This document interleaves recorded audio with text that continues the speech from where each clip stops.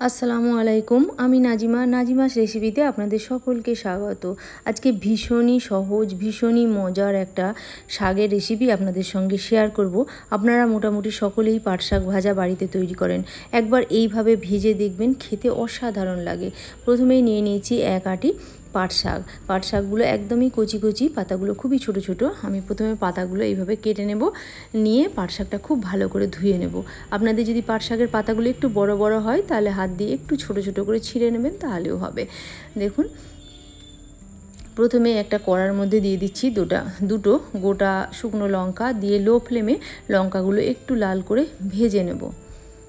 দেখুন, ভেজে নেওয়া হয়ে গেছে, লঙ্কাটা উঠিয়ে নিচ্ছি। কড়ার মধ্যে দিয়ে দিচ্ছি পাট শাক, দিয়ে সামান্য একটু লবণ দেব। পাট শাক কিন্তু নরম হয়ে যাবে যখন, তখন একদমই কমে যায়। পাট শাক ভাজার সময় সব সময় লবণ খুব কমই দিতে হয়, নাহলে বেশি হয়ে যাবে লবণটা। দেখুন, দিয়ে নাড়াচাড়া করছি। প্রথমে এ থেকে যে পানি বেরোবে, এই পানি দিয়েই পাট শাকটা একদম নরম হয়ে যাবে। দেখুন, এইভাবে কাঁটা চামচ দিয়ে একটু ছাড়িয়ে ছাড়িয়ে দিয়ে মিডিয়াম ফ্লেমে নেড়ে চেড়ে এর পানিটা শুকিয়ে নেব। তাহলে পাট শাকটা নরম হয়ে যাবে, পানিটাও শুকিয়ে যাবে। আপনারা চাইলে কোনো কাঠি দিয়ে ওইভাবে নেড়ে দিতে পারেন, তাতেও হবে। দেখুন, ওটা নরম হয়ে গেছে, পানিটা শুকিয়ে গেছে। কড়ার মধ্যে দিয়ে দিলাম 2 চামচ রিফাইন্ড অয়েল, 2টো কাঁচা লঙ্কা এইভাবে চিড়ে দিলাম, 10-12টা রসুনের কোয়া আর একটা মিডিয়াম সাইজের পেঁয়াজ কুচি দিয়ে একটু লালচে করে ভেজে নেব। এইভাবে একটু ভেজে নিলে তবেই কিন্তু পাট শাক ভাজার মধ্যে ফ্লেভারটা ভালো হয়। প্রথমেই যে লঙ্কা দুটো আমি লাল করে ভেজে নিয়েছিলাম, সেই লঙ্কা দুটো একটু হালকা গরম অবস্থায় এইভাবে একটু চটকে নেব, তাহলে খুব ভালো করে চিলি ফ্লেক্সটা হবে। দেখুন, একটু চটকে নিলাম অল্প লবণ দিয়ে। এদিকে পেঁয়াজটাও লালচে করে ভাজা হয়ে গেছে। এখন এর মধ্যে পাট শাকগুলো দিয়ে দেবো, দিয়ে মিডিয়াম ফ্লেমে একটু ভালো করে মিশিয়ে নাড়াচাড়া করে নেব। বানানোটা খুবই সহজ, খুব কম তেল মশলায় আর খুব কম সময়েই তৈরি হয়ে যায়। একটা সহজ রেসিপি, আমি যেভাবে করি আপনাদের সঙ্গে সেইভাবে শেয়ার করলাম। একবার এইভাবে পাট শাকটা ভেজে দেখবেন, খেতে কিন্তু দুর্দান্ত লাগে। দেখুন, এইভাবে উল্টে পাল্টে ভেজে শাকটা আর একটু শুকনো শুকনো করে নিতে হবে।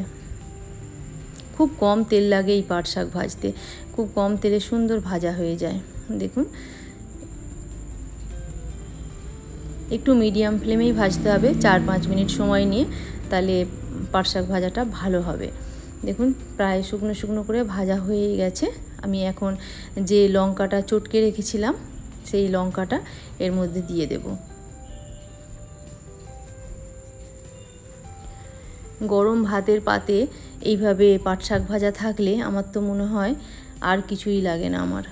দেখুন, এইভাবে যে শুকনো লঙ্কাটা চটকে নিয়েছিলাম, চিলি ফ্লেক্সটা করেছিলাম, সেটা দিয়ে দিলাম। এইভাবে শেষে এই লঙ্কার ভাজাটা দিলে খুব সুন্দর একটা ফ্লেভার হয় এই ভাজার মধ্যে।